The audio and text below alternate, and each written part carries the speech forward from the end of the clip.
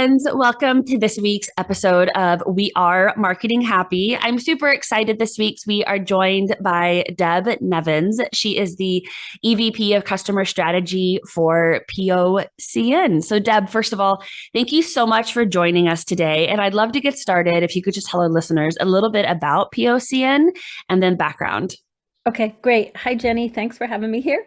So POCN is Point of Care Network, and it's a platform focused on helping NPs and PAs practice at the top of their medical license. So we were started back 2014 really to support that, and we've done a lot of things over the last 8 years that really help them accomplish the goals that they need to accomplish. So we have educational opportunities available to them, mentoring, career opportunities. We partner with the AAPA. During COVID, we had content on our sites from the CDC. So we've really done a lot to try to help the NPs and PAs practice at the top of their license. And we also host America's Top NP and America's Top PA for 5 years running now. So that's a really great opportunity for them to showcase either and how they're doing in their profession. Yeah, so I poked around a little bit on the website, and there's a lot of content, the continuing education credits. There's all you given there to this audience, though through the lens of a marketer, because that's how we're approaching this conversation today. What value is there to marketers in the healthcare space, specifically in life sciences, to really be thinking about targeting NPs and PAs? And so, one side of our business is all about serving the NP and PA. And in doing that, we've been able to create the other side of our business, which is really supporting life sciences as they try to engage with the NPs and PAs. And so over the course of it's been going on for a long time, but the last 8 years specifically, as we've been gathering this data, NPs and PAs taking a much larger role in care of patients. They account for a third of all prescribing clinicians in America right now. There's over 513,000 of them. And they all have NPI numbers, and they're all able to write in all 50 states and so they are writing scripts, and our data actually shows that greater than 30% in some cases of the MBRX and TRX are coming from NPs and PAs.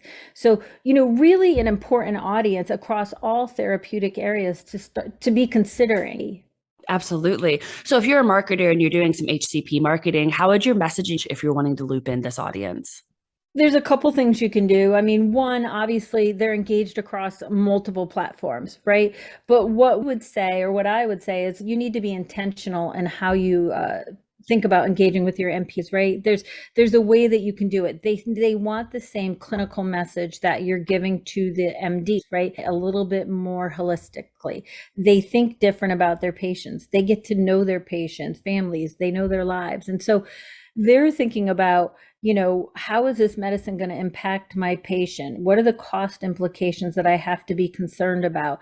And these are things we would say to marketers, make sure you include that, right? You don't have to necessarily change that scientific clinical message, right? They want that education too, but you're going to have to broaden it a little bit to know not only the why about the medicine, why their patients should be on it, but then how it's going to impact them. Yeah, absolutely. That's an excellent point. Let's shift topics a little bit. I want to about NP and PA recruitment, because we do tons of marketing for healthcare organizations across the country. And I feel like it's a pendulum. We're either helping them with patient acquisition campaigns, or recruit difficult to fill positions and nursing positions throughout their career in different tenure levels are some of the most difficult to fill positions for all organizations across the country. What advice would you give to organizations that are trying to recruit NPs and PAs today? So I would say places you can go to look for them, right? And they're very eager to learn. And most NPs and PAs don't come out of school with some specialty degree, right? And they do move around, but they don't move around at crazy rates. What they're doing is they're finding and then they're moving from one institution to another, right? They might be in an academic setting, and then they decide they want to go to a community setting for a little while, or vice versa, right? So an academic setting is going to be much more regimented. A community setting is going to be a little bit more opportunity to be autonomous. And so I would say there's platforms out there like ours. We have career opportunities that we post on our site, but there's platforms out there where they can find specific NPs and PAs, right? They can also go to the AANP or the AAPA. Every year they have their annual meetings. They're always doing recruiting at those meetings. So there's lots of ways that you can engage them. But remember, they are on a mission to continuously learn. Not only do they have to have those continuing education credits, but they also are eager to learn. And the ones that I've talked to, they're excited to have the opportunity to continue to evolve them. So I think that's a really good way that just to think about, where am I looking at them, what type of employee, or do I want somebody I can put in an academic setting that's been in community for a while, or vice versa. They've been in academic, I want to give them an opportunity in community. That's a really great point. We had a client, it was about a year ago, and hundreds of nurses. It was a really large healthcare system, lots of locations across the country. Back because a lot of their messaging was around hiring bonuses.